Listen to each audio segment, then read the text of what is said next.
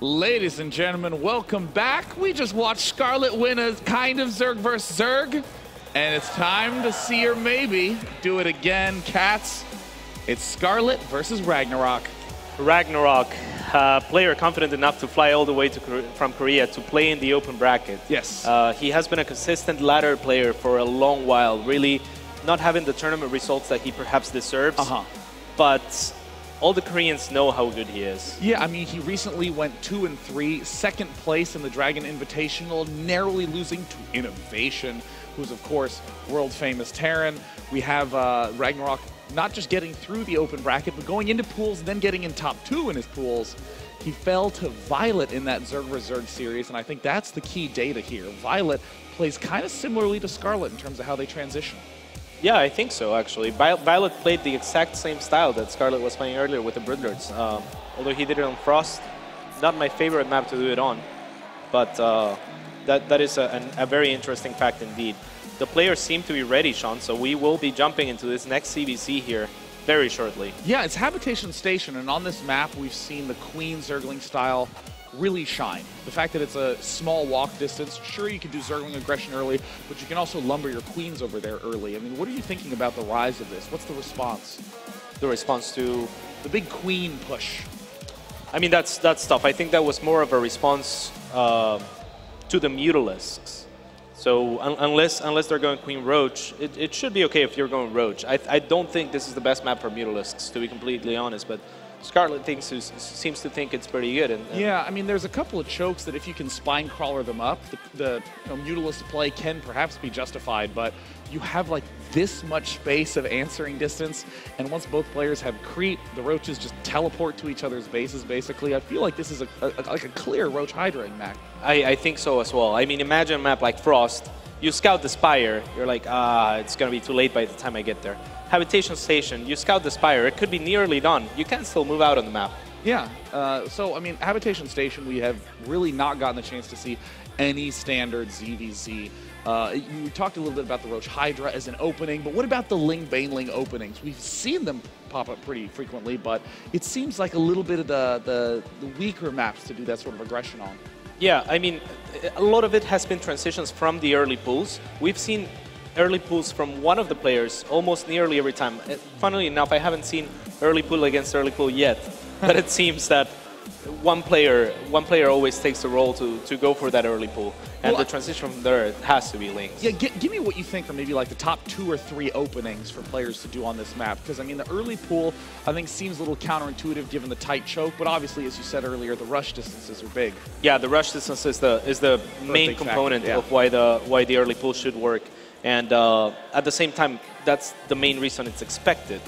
So a lot of players try to play mind games around that. Scarlett did not account for the early pool the first time she was on the main stage and lost to it, but the second time around she adapted a lot better.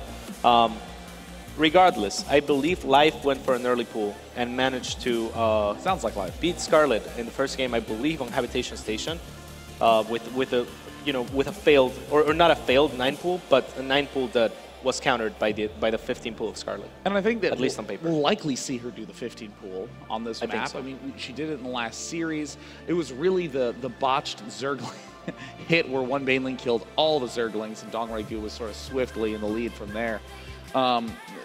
Ragnarok is currently not in his booth. He stepped away to briefly use the restroom, which we kindly permitted him to do, as much as we do want to see this match.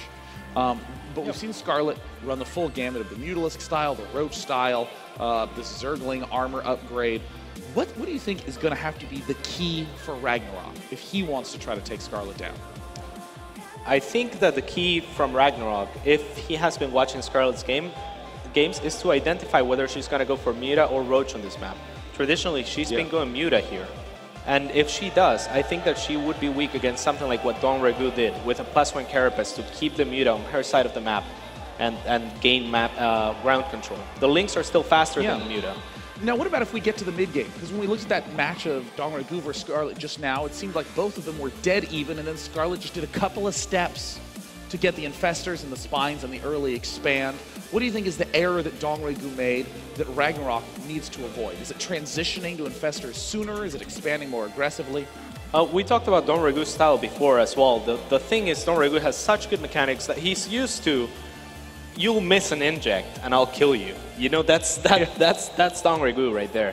So I think he was a little bit over aggressive, and Scarlett did not miss any injects. So she was able to stop the aggression. I think that Ragnarok needs to identify that Scarlett has as good mechanics as anyone in the world, and try and play a little bit more passive. Perhaps transition into those infestors himself, and from there transition maybe into Hydras, Vipers, Broodlords, everything. Everything. Everything. Because as Artosis says, if you have one of every unit, how do you counter it?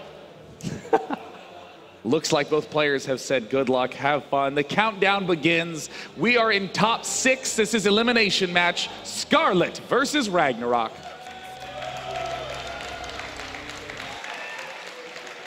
This is actually the lowers semifinals here. We have Scarlett going up against Ragnarok. Meanwhile, in the other bracket, we have Trap battling against Stardust. Currently tied 1-1, I believe. But we are in the game now. And the map, of course, is going to be Habitation Station. We'll see if any player goes for an early pull. Keep an eye on that. But for now, let's introduce our players, Sean. Up in the top left-hand corner, really good with at least 2 of the 3 races from Team Acer. It is Scarlett.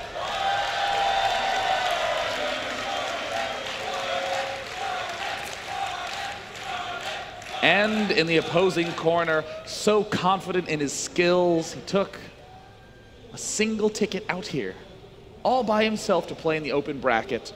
It is Ragnarok.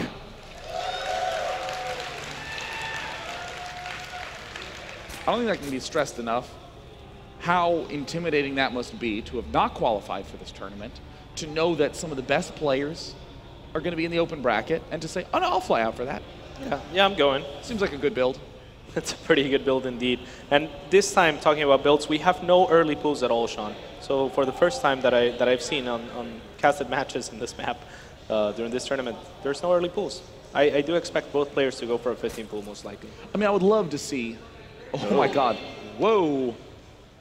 This is very brave for Ragnarok. He's going to do the star-shaped patrol and then instantly toss out a hatch. I think it really showcases tons of confidence versus Scarlett. That, and also the fact that Scarlett hasn't actually been the player doing the early pulls. So it could be that Ragnarok has been watching like a hawk.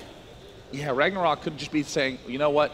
You seem to want to deflect attacks, so I'm just not going to make one. Yep. Scarlett now throwing down the hatch. Ooh, Ragnarok. I always love when a player gets his gas before his pool. Yeah, absolutely. That's going to open a lot of pathways. Of course, it may slow you down a little bit in the queen production. It may slow your economy down just a tiny bit. But the advantages it gives you is, and it also makes you vulnerable to early pulls, of course. But the advantage that you do grab is there's a timing window where you will have banelings and your opponent won't. Yeah. So if your opponent scouts something like this, they have to a lot of the times account for you being aggressive. And I think a lot of the ways we see players do that is getting the spine, getting the extra queen. And if that's what it causes, if it causes a spine, it's way more than worth it. I mean, a spine is basically 150 minerals when you count the drone that goes into it. And especially this early phase where players are going to be bobbling around the low 20s of workers, it can be a critical loss of income at that early stage. So the other option that this opens, a build that Snoot and other Cirque players like a lot, he could go for the Carapace before the Baneling Nest. Ooh. And that would be a very Scarlet-focused build. If he does that, I would not be surprised. Well, we're already seeing 3 remain in gas. Speed again. Looks like a little bit of harassing Zerglings for Scarlett. Just going to spot the fact that the expansion is done. There's no funny business going on. Not really too much to spot in the early game stage. So, I mean, I got to ask you, what are going to be the big triggers for players to do something a little crazy, like get that Carapace upgrade or go for the gold? The Carapace upgrade, you basically have to choose it blindly for the most part. But Scarlett, for example, is not in a position where she could ever do something like that because of how early Ragnarok's gas was. She needs to drop that Baneling Nest as soon as possible, and that's exactly what she does. Oh, I mean, this is one of my favorite placements ever, just getting that Baneling Nest down. With that little tiny slit behind it, the queen can park herself between there, and that's so strong, microing against Banelings in that little crack. And look at this, Sean. I mean, it's exactly what we were talking about. Scarlett feels forced to drop that spine crawler. It feels forced to do that little wall off that you were just talking about. And now I think that Ragnarok has a clear opportunity to take a third base. I love seeing this in Zerg vs. Zerg lately. Players taking more opportunities to expand sooner. It's much more difficult to defend, but if you're skillful enough to do it, you can get such a reward. Yeah, another brilliant thing that Ragnarok did is actually, it's like, he said, you know what, Scarlett?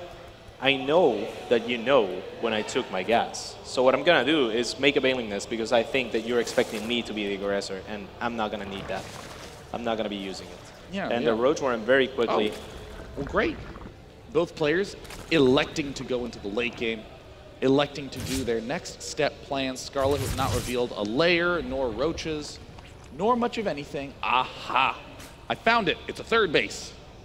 Yeah, and that's a very quick one as well. So, ooh, there's one more gas being taken down, and the Roach Warren, actually. I don't think we're going to see Mutas. I think Scarlett may have learned her lesson just the last series. Yeah, I'm really pleased to see that as well. Also, you know, with the third gas going down, it's just enough to flood roaches if you're desperate and need to, but you can also easily get the layer and tech up, and look at this. That is a lot of roaches, Sean. Ragnarok is going for the cheese. He's going... This is no defensive roaches. Yeah, right. Now, I mean, I feel like if you're in Scarlett's shoes and you go up the ramp and you see the Evo chamber not wiggling, you're going to go, wait a minute. I thought you were going long term, but it looks like Scarlett hasn't yet scouted it. Yeah, she does see the Queens moving out. This is the impact build that he started doing just recently, I believe, and there might be a link flood to follow this up as well. But this is going to be really hard for Scarlett to hold. The spine will help. Instant cancel, and Scarlett, is she going to be flooding? No, looks like just roaches, just a queen, not enough money for spines. We're seeing +1, just now getting started for Ragnarok. We're seeing the Zerglings go to the other side to try to intercept some sort of transition out, but Scarlett is going to be in a tough position to keep herself alive here. The roaches are going to help so much, though. I'm so glad she chose this strategy for this map. If she was going Muta, this would be all but over with this attack, but instead with roaches, will she be able to hold? The choke favors Scarlett, but the numbers favor Ragnarok. Oh, a couple drones getting pulled away. The spine crawler is down. It's not a big drone pull. It's very tiny. It's very gentle. 45 drones versus 35. Layer already done. Currently 9 to 11, but plenty of lings still en route for Ragnarok. The Queens could make a huge difference with the transfuses. Oh, getting some very low HP roaches back to max. This is an absolutely nail-biting fight right now. It's 7 to 6 roaches with 24 lings coming in. Yeah, there's the ling reinforcements we were talking about. Drones will have to get pulled. Additional roaches coming out to help, and with the roaches in the high ground, I think she's gonna hold this. It's gonna be so close. The amount of damage that Ragnarok can deal is still ever present. If she can keep her drones alive, she's gonna be in a winning position. And wait a minute, 44 to 34. Scarlett, I think she's done it. She has deflected the all-in. What a hold. Wow. Wow. And now with Ragnarok trying to take the gold, trying to make something happen, but he's so far behind. He's behind in tech, he's behind in units. Those lings are not going to do much here for him, Sean. Oh, yeah. I mean, with +1 done, roaches kill lings in 2 shots. That means Scarlett can easily plow forward and not even really need that many roaches back home for defense. She's taking the gold. She's waiting for speed. Once speed is done, she's going to kick into high gear and slay that northern expansion. Yeah, she's aware of the links out on the map as well, leaving a few roaches here and there, and she has to just rally her roaches back. She's droning up. She's being cautious. She maybe doesn't identify how much of a lead she gained during that attack, but I think that you're right, Sean. I think that she should be moving out right now with the speed. Well, it looks like she's just being very, very cautious. She's beginning to move out. The Zerglings at the south are feigning for a counterattack, but Scarlett is mostly concerned about her goal. And she actually moved the wrong roaches. Looks like that natural expansion is going to take massive damage. Yeah, that's a little bit unfortunate. Even pulling the additional roaches back, those lings are all but dead, but not before doing enough damage to help Ragnarok stabilize just a little bit. Yeah, and I mean, this is now going to be a big trigger for Scarlett. Uh-oh, free lings for Scarlett, all of them. Oh my god, an uncharacteristic misclick there from Ragnarok. Now Scarlett moving across the map. Currently it's 23 to 17 roaches. Speed is not done yet for Ragnarok, but he does have the power of the spine. Yeah, still drones ahead. 8 drones ahead actually is Scarlett, so that's going to help her out a lot. Of course, with the gold basis mining for both players, that's going to make a little bit less of a difference. 10 drones on the gold for Ragnarok and only 8 for Scarlett. Yeah, Scarlett is starting to get some of her drones, and now another timing window has made itself available. When +2's done, Scarlett can manage to deal a little bit more damage. The Overlord spread for Scarlett at the south side, though, is pretty low. Those big counterattacks from Zerglings are still a slight possibility, but for now, if you're Scarlett, you gotta hope that the Roach pressure that you're putting on is enough to make your opponent keep building Roaches. Absolutely. Ragnarok will fall a little bit far behind on upgrades. So Scarlett has a little bit of a timing where she will have the +2 attack, which is the much more important upgrade in CVC than, say, the Carapace. But I'm not sure if she's going to be feel comfortable taking this timing window. It's a really difficult situation to judge. I think that from both players' eyes, they probably both feel just about even. Oh, that Overlord. Scarlett making it very apparent what she's trying to do. She's going to try to win with a +2 timing window, or at the very least, deal some possibly game-ending damage. It's always when the +2's done where you get to say, hey, if you've been missing any injects, if you are behind, this is where we find out. Yeah, absolutely. Of course, there's Defender's advantage, and that spine, it's the same kind of spine that actually made it possible for Scarlett to hold off against Ragu in just the last match. So she still has to be pretty careful choosing which angle she wants to come in from. 54 to 46 drones.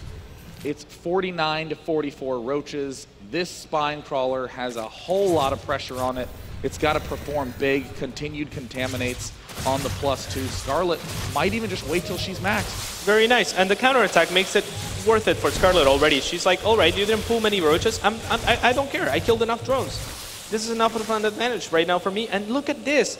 Just with a little counterattack like that, Scarlett is now maxed against a Ragnarok that is only at 157 supply. 63 drones, or excuse me, 63 Roaches to 50 Roaches.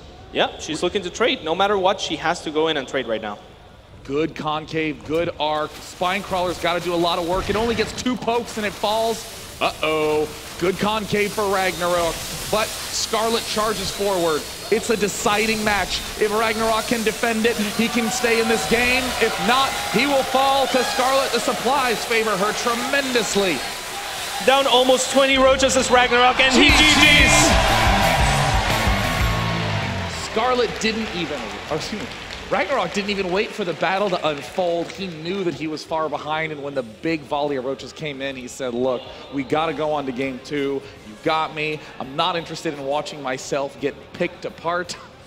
Yeah, and it was a good strategy choice from Ragnarok. Scarlett has almost always gone for the Muta strategy on this map. This time around, she chose to go for Roaches. And similar things have happened before. I was watching Scarlett earlier, just yesterday, and she played a CVZ where she went hatch first the first game, hatch first the second game. And then the last game, she goes for 15 pool. Yeah, I mean, it's that weird feeling you get when you've been playing the same player a couple times in a row where you start to go, wait, I have a feeling. I have a feeling coming on. I just think that you're probably going to be wanting to do a cheese in this game. And, you know, if you're in Ragnarok's shoes and you've been playing all weekend long, you're now down 0-1, you're on the verge of elimination, that's when the pressure can really kick in and you can miss cheese. Yeah, the mind games are pretty real here, this MLG. When we come back, Scarlett's leading 1-0 and has a possibility to close it out and get to top 4. Will she do it? We'll find out. Stay tuned.